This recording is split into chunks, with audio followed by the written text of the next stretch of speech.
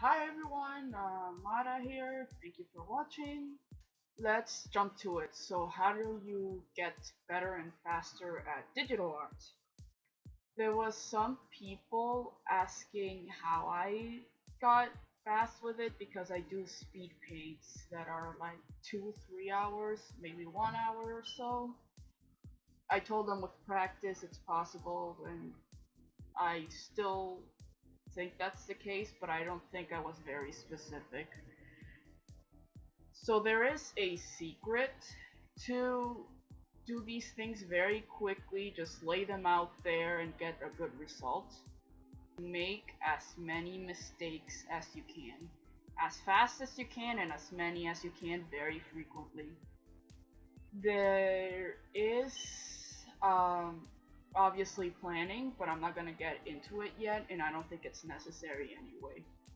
In this case, I'm just making a quick throwaway piece. I just started off with no idea what I was doing. It was just me putting different colors in there, just fooling around with the texture, getting some values here and there. Uh, but it wasn't really something that I had in mind to begin with. I just took out Photoshop, I opened it, started recording, put out some random shapes and see what I got. And then it started to look like a Sleeping Princess or so. So I just decided to make my version of Sleeping Beauty or Snow White or a mix between the two. I don't know. I was also not really paying attention to the layers I was using. They are important, but I didn't have like a bunch of them and made sure everything was organized. In fact, if you look here, I was actually merging layers, flipping the canvas, but not really paying attention to how messy it was. I just went in there and just went crazy. And then, as soon as it started to look like a defined shape, I just went with it. Now, I do understand there is a common fear with artists. The artwork's not going to look very good because they have this general idea, this ambitious idea. As soon as they finish, they don't like the end result, they get frustrated, and I've been there as well. The thing though is, I just stopped caring about the end result of most of my pieces.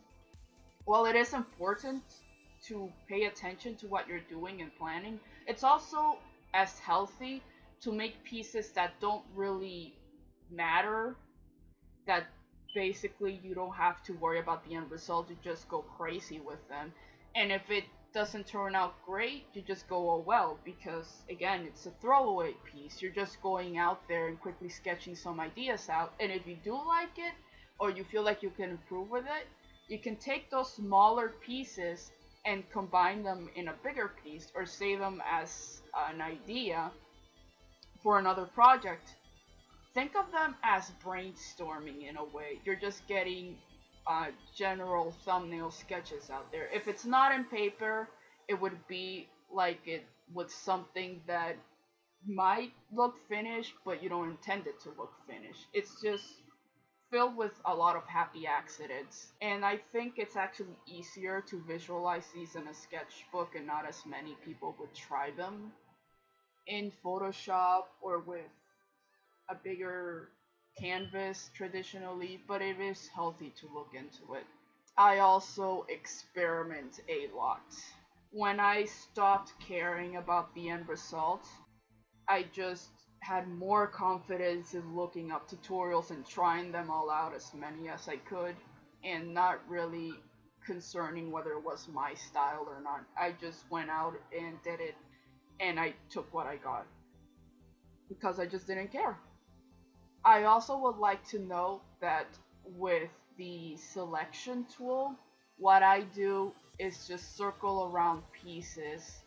With the move tool, I take different areas and just rearrange them. Granted, that completely destroys the work I've done, but if something is not working, I stop and destroy it, but in a good way, just to reorganize things. If it's not working, there is no reason to fight with it. I just stop what I'm doing and try another area, or take a break, or just butcher it together, because if I don't care about this piece, I'm not going to worry about destroying the work I did. There's no real investment in any details here. So I hope that helped a bit. The second element that's very important to making mistakes is also values. Basically 80% of your artwork would be values and 20 coloring, or maybe 70 to 30, but we'll get to that in the second part of this video. Thank you for watching, and I'll see you next time.